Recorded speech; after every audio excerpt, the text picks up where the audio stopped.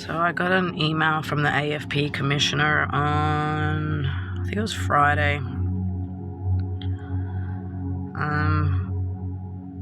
I can read emails, I can rant, I can copy paste, but what I'm struggling with is the processing and stop, start, chop, change, in, out, back, forth. I can't do all that.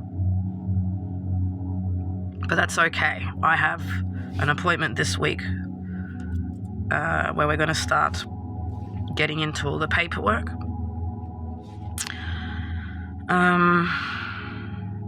So I know that the AFP Commissioner's office wasn't the place to solve this, but I did it for a couple of reasons. One, people aren't doing their job, and I'm just going nuts. Every single person in the legal system, until I find someone who either helps me or guides me to the right direction, and at least I have it on record. Good morning, Chloe. The Australian Federal Police acknowledge receipt of your correspondence. The AFP is the primary law enforcement agency responsible for investigating crimes against the Commonwealth of Australia. Information blah. We have reviewed your correspondence and can advise that this is not a matter for the AFP. I know. You have correctly reported your allegation of misconduct by Victoria Police, Daylesford, to the independent broad-based IBAC, who are the appropriate agency to investigate the matter. When I first read this, I was triggered with all the court stuff, and I actually thought where it says misconduct by Victoria Police and then underneath it says Anti-Corruption Commission, my brain read that as you have correctly reported your allegation misconduct to the Commissioner's office and to IBAC. So I actually told Lee, the sergeant in the Commissioner's office, about this. Because it says they're the appropriate ones. If you are unsatisfied with IBAC and wish to make a complaint, you can report to Integrity Oversight Victoria. So I reached out to Lee because I had already messaged him about and phoned. I called up in my trigger crying and left a message. Very distressed when I was in the trigger over having Balti, because the staff knew. I have it in already that the issues with Balti was so traumatizing. So for them to do that, even though they changed judges and rooms, I still entered it fucked. I was not okay. Thankfully, the judge spoke to me like a human, so I was able to calm down rather than escalate. I told Lee that if he doesn't do anything and IBAC don't do anything, I'll be reporting it to the Integrity Oversight. And then all this other triggering shit. I've had this email for a couple of days. It's okay. When I first read it, there is nothing worse than 000 being offered when you are traumatized and scared. And it's got more mental health, blah, blah, blah. The AFP will be taking no further action, I know, in relation to this matter. However, the information has been recorded. Thank you. I have an appointment this week. The lady's going to be helping me, but the thing is, I'm in this limbo. I don't know if it's avoidance or if I'm just done or I'm trying to... I don't know. If I'm just... I don't know what it is, but it's like it's too much and I'm avoiding. I can't. It's like I know that I've got I don't even know how long it is. I think it's like weeks, 2 months maybe, that I have to find somewhere for my van. But I've got no way to do that. No money, no way to tow it. It's not registered, so I need to get a permit. I don't have money for that. But Phoebe can't. So I'm like, I know that if I have to keep moving my van around, it means I have to euthanize her. And I have somehow desensitized and tapped out to being able to deal with it. It's like the same thing with fuckface's allegations. It's more or less sexual harassment. To say that I was being inappropriate talking about feelings and stuff, like, and that I'm violent, all these things to...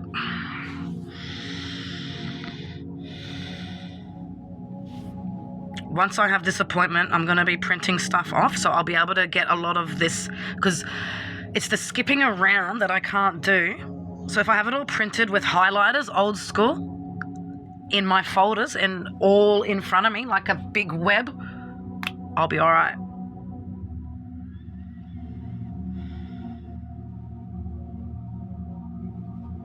It's like, okay, I've got to get the rabbits, the van, my grandma. I actually went to visit her.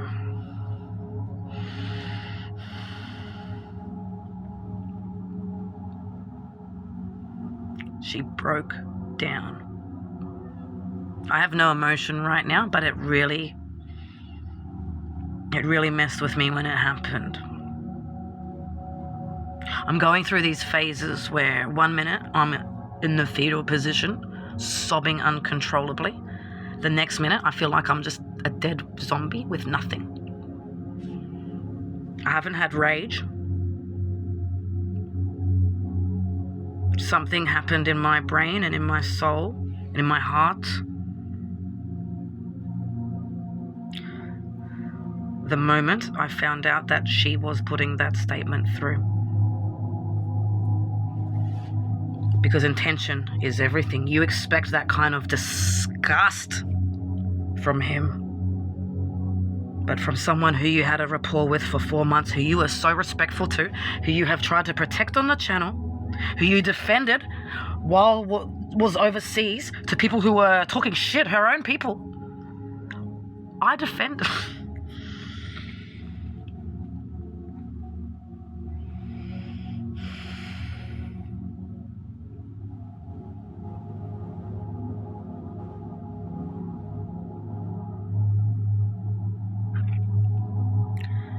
I sent a couple of emails out over the weekend. I'm pretty sure they've already been advised of one of them, because one was to an individual, one was a legal one.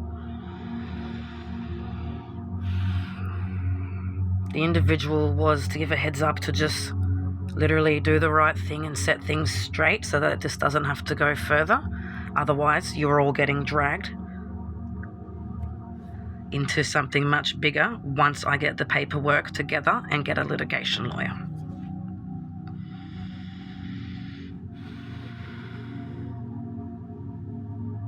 The other one was a legal one.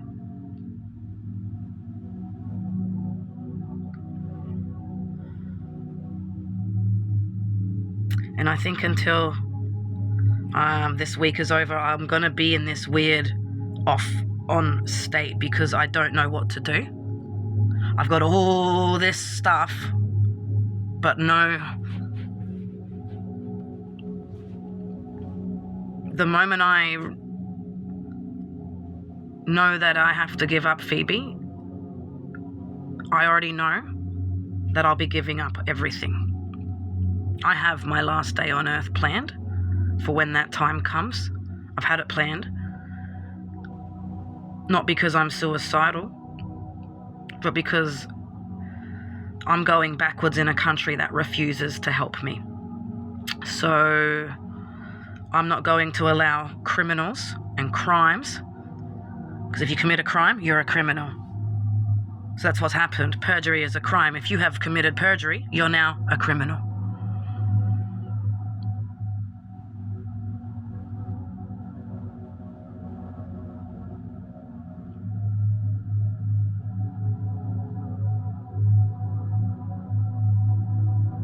My brain blew a gasket trying to communicate with Dane Britnell.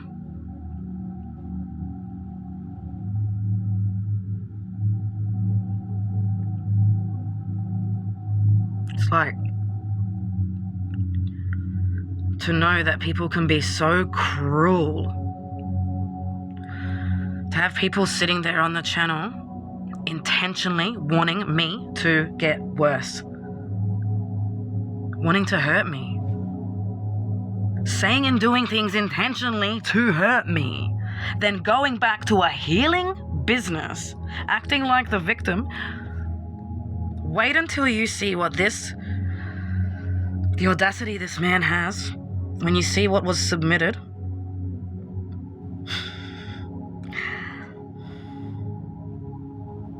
Once I get all this paperwork sorted, I'll be able to put the video to show you everything that he has said in his submission.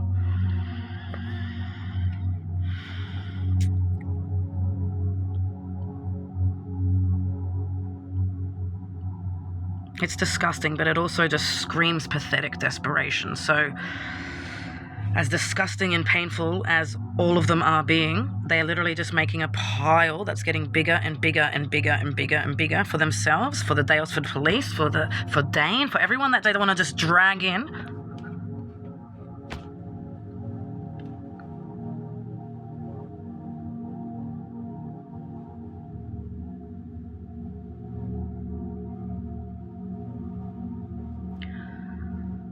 There will be much more to update and work with once I get through this week. There'll be more direction, I think. I'm doing nothing but self-love. I've put a pause on the advocacy stuff, even though there's heaps still in the background. I just haven't been able to be on the phone because of the court stuff. But it's okay, because I was doing a lot of stuff to get information internationally, but this lady is helping me with Australian advocacy, even Tasmanian, so it's okay that that's on hold, because I've still got technically stuff happening with it, and if I can get someone local to talk to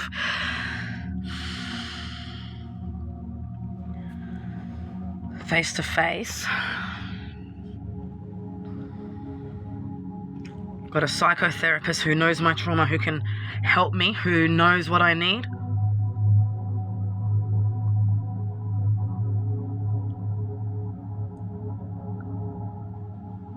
And I think that's where I'm getting my calm. Because since my recent session with her, it wasn't a session, I don't know what to call it, because she's not doing therapy sessions, she's in a whole different role, but because she's got that experience and qualification and background, she's able to apply it, and that means I'm getting free therapy and the services at the centre, which means she can get out and do all kinds of things and is still the right person for me to do it, rather than unaware people at the centre and then having to pay and just get a therapy session from her. It's like, it's a one-stop shop.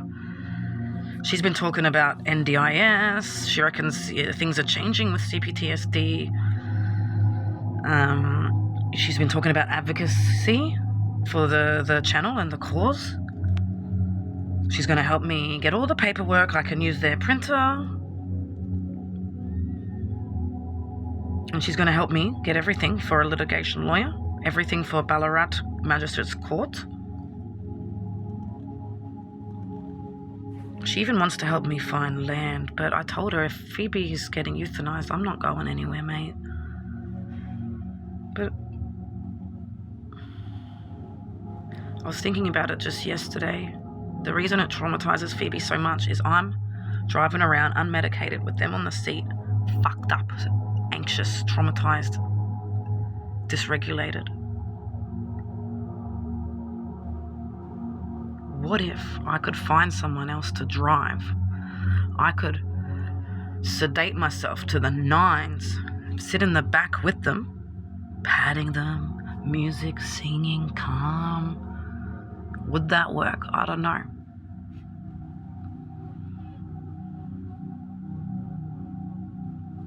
That's why I've got this, like, I'm feeling so much, but I'm feeling nothing. It's like it's too much. I'm overloaded.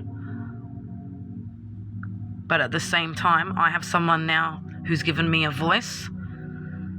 And she said, "Can you look at me?" And I actually looked her in the eye, and she said,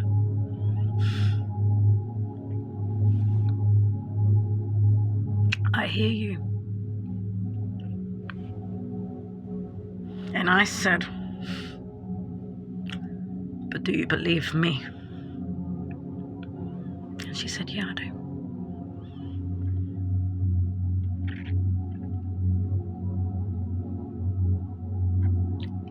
And that's what's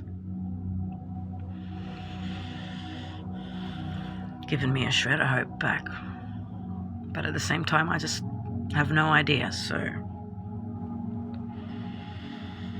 let's just get through this week, see what happens, see how many knives these guys are going to keep throwing at me, see how much more incompetence and corruption I'm going to be dealing with within the system. But also, see how much I can get done with this lady when I see her. Because she's also able to help me with ideas and plan, all of it.